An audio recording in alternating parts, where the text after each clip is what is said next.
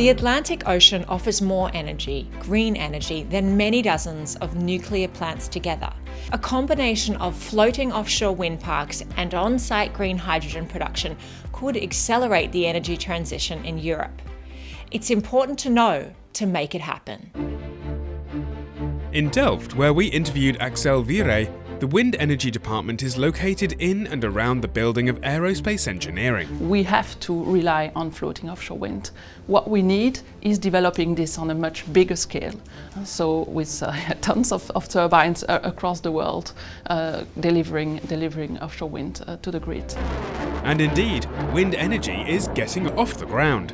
In fact, it's like a three-stage rocket. The first stage was the step from onshore wind energy to offshore. Yeah, I mean, offshore wind has increased significantly over the past decade. I think in Europe we went from something like 2 gigawatt to 22 gigawatts in just 10 years. So it's a factor more than 10 in that period. So it's a huge increase in installed capacity. With offshore wind parks actually being profitable without subsidies. That was with the Dutch wind farm, Hollandse Kust, a few years ago, and that was really a breakthrough for the industry, for the market. The second stage has come into sight, because as a next step we need to go into deeper seas and oceans. Plans worldwide for offshore wind alone are 1,000 gigawatt by 2050, so you can imagine that in the Netherlands there will be huge increase and huge use of the North Sea with bottom-mounted foundations in the coming decade, but we need to do more. And more means floating. Indeed.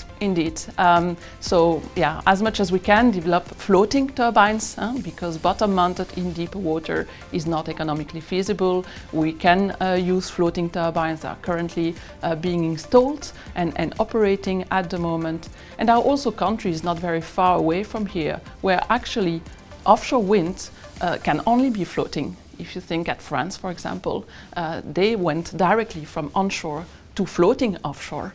Hywind Scotland is an example of a small farm with 5 turbines currently operating and delivering capacity factors that are quite high, much higher perhaps than expected. And then the third stage arises as to how to bring these massive amounts of green energy onshore. Experts say there's one answer. With hydrogen. I think floating wind and green hydrogen production go very well together. I think green hydrogen production has been identified as a game changer, so has floating offshore wind. And combining these two together enable to produce green and renewable energy in deeper water, again opening markets that really will make a change for the energy transition up to 2050 and beyond. So, on-site offshore green hydrogen production can accelerate the energy transition and open new markets, a great horizon. Yeah, I'm convinced floating wind is a key enabler in this case, and I think it is growing very fast.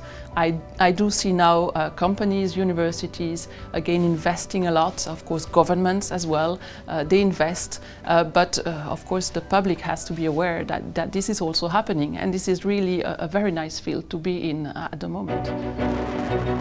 Man made it to the moon and to the deepest oceans. You'd better jump aboard. I think so. I think the Netherlands will miss a huge opportunity if Dutch companies and Dutch universities are not on the boat right now. I think other countries will move on and the Netherlands will miss out on this huge opportunity. We do have a strong maritime industry, a strong maritime and wind energy knowledge in the Netherlands, so we should be there, and we should be there now and fast. Thanks for watching newenergyforeurope.com.